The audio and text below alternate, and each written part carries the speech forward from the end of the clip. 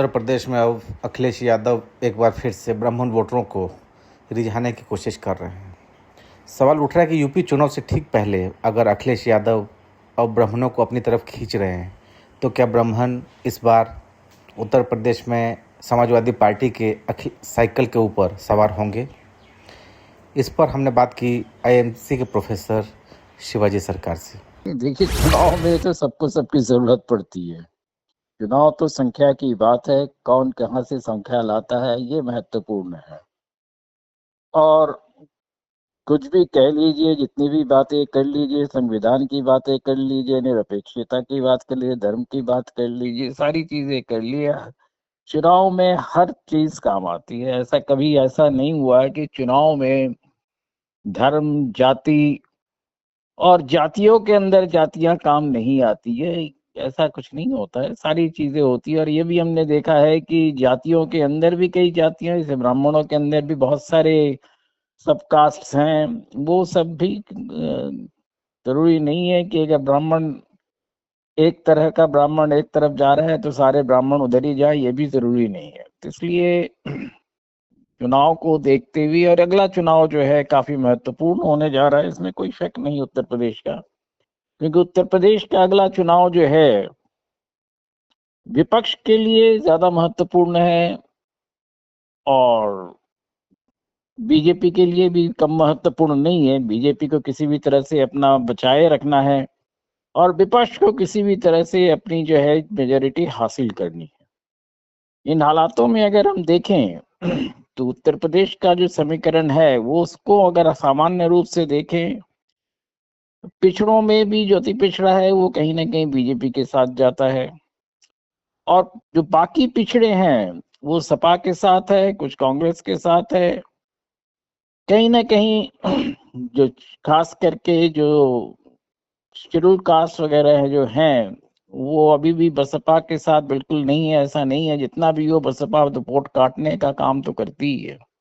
तो इन सारी चीजों में जो वोट काटने का काम करती है, जो सामान्य रूप से वो उससे बीजेपी को लाभ होता है, ये सब देख चुके हैं। इसलिए सपा को, चाहे सपा हो चाहे कांग्रेस हो, चाहे और जो जितने भी समीकरण है, इन सबको जो है हमें देखना पड़ता है कि बार बार जो है उनको बनाने की जरूरत पड़ती है। बीजेपी का ये जरूर है कि इस बार के जो थोड़ा बहुत जो आंदोलन चला है, जिसका आप कॉकरोच जनता पार्टी का आंदोलन कहते हैं, उससे बीजेपी के अंदर भी कुछ परेशानियां हुई हैं। और बीजेपी के लिए सभी लोगों को एक साथ रखना आसान नहीं है, ये भी सही है। तो उसके बावजूद जो है, जो बीजेपी के वोट बैंक के साथ एक चीज और है, खास करके जो आरएसएस से जुड़े हुए हैं, वो कहीं ना कहीं जब आरएसएस आकर सामने काम करती है और लोगों को बात करती है, तो जो नहीं भी चाहते हैं वो भी उसके साथ वोट देने को मजबूर हो जाते हैं। ये एक सामान्य सी प्रक्रिया हो गई है जो आरएसएस के साथ है। अब एक चीज, जो नई चीज उसमें देखा जा रहा है कि बीजेपी के अंदर कई जो ऐसी गुट हैं, वो भी इस वक्त काफी, आप कह सकते हैं, वोकल है। तो वो जो है वो क्या करेंगे? क्या वो वाकई जिस तरह से वोकल है खिलाफ जाएंगे या नहीं जाएंगे? मैं समझता हूँ कि जो भी हो, उन पर अभी से किसी प्रकार का विपक्ष के साथ उनका कोई मुलाकात हुई है ऐसा किसी ने नहीं सुना है। और इन हालातों में ऐसा नहीं लगता है कि वो आसानी से सपा के साथ चले जाएंगे, क्योंकि सपा के साथ भी फिर वही जाति की बात आती है, कई और चीजें आती हैं।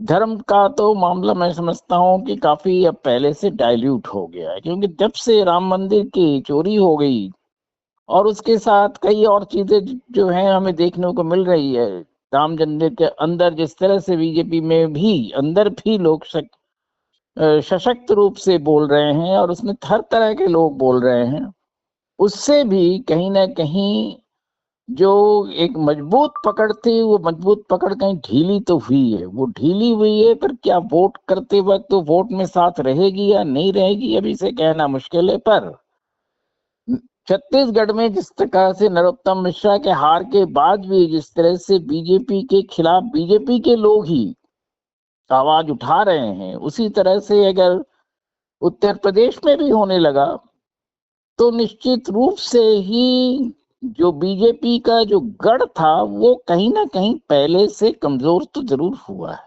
अब सवाल है, हम ले कि समाजवादी पार्टी का क्या, उनका क्या कुछ बढ़ेगा? देखिए, उनको बढ़ाना पड़ेगा, क्योंकि सिर्फ अगर 2024 के चुनाव जो है, अभी तक वही जो है एक ऐसा मापक है जिसमें हम कह सकते हैं कि कांग्रेस और सपा का जो गठबंधन है उनको एक बढ़त जो है काफी बड़े क्षेत्र में उत्तर प्रदेश में उनको मिली है, इसमें कोई संदेह नहीं है।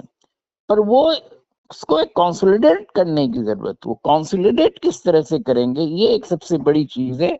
और वो सबसे बड़ी चीज जो है उसको लगातार करते रहना आसान नहीं है। तो इसलिए जो है हम जो देख रहे हैं कि जो सपा करने की कोशिश कर रही है और लोगों के साथ लाने की कोशिश कर रही है, वो अपने आप में राजनीतिक रूप से एक अच्छा प्रयास है। और उसमें खास करके क्योंकि ब्राह्मणों का साथ लेने से एक फायदा और होता है कि ब्राह्मणों के साथ जुड़े कई और जातियां भी होती हैं जो सामान्य रूप से फिर साथ आ जाती हैं। तो सपा का ये प्रयास अगर सफल होता है, क्योंकि सपा के अपने जो वोट बैंक है, आपके क्या कह सकते हैं कि पिछड़े, यादव, मुस्लिम, इस तरह के कई और जो गुट्स हैं जो सपा के साथ हैं, तो उनके साथ अगर ब्राह्मणों का एक ग्रुप वो जुड़ जाता है, ऐसा नहीं है कि कभी पहले ऐसा नहीं हुआ, जनेश्वर मिश्रा जब तक रहे, जनेश्वर मिश्रा के साथ ब्राह्मणों का एक काफी बड़ा समूह जो था वो सपा के साथ जाता था। तो इस वो अगर सपा कर सकती है तो निश्चित रूप से ही चुनावी समीकरण सपा का और कांग्रेस का मजबूत हो जाता है, क्योंकि कांग्रेस के साथ भी जो है ब्राह्मण जाने के प्रयास करते रहते हैं। एक चीज और है यहाँ, ब्राह्मणों में जो है सामान्य रूप से बीजेपी के लिए थोड़ी सी वो कटने की भी कोशिश कर रहे हैं, राजपूतों का एक वर्चस्व वहां ज्यादा हो गया है। तो इन सारी चीजों में अभी से ये कहना मुश्किल है कि क्या होगा, पर जो प्रयास वो कर रहे हैं वो निश्चित रूप से ही बीजेपी के लिए सहज नहीं होगा, इतना कहा जा सकता है। आने वाला समय ही बताएगा कि ब्राह्मण किधर जाएंगे। पर जिस तरह के प्रयास चल रहे हैं, कुछ ब्राह्मण निश्चित रूप से ही बीजेपी से कटेंगे जरूर, वो कांग्रेस के साथ चलेंगे या सपा के साथ चलेंगे, जो भी होगा, जो खास करके महागठबंधन है उसको उससे फायदा हो सकता है। पर आज के तारीख में समीकरणें बदल रही हैं और बदलती रहेंगी अगले कुछ महीनों तक।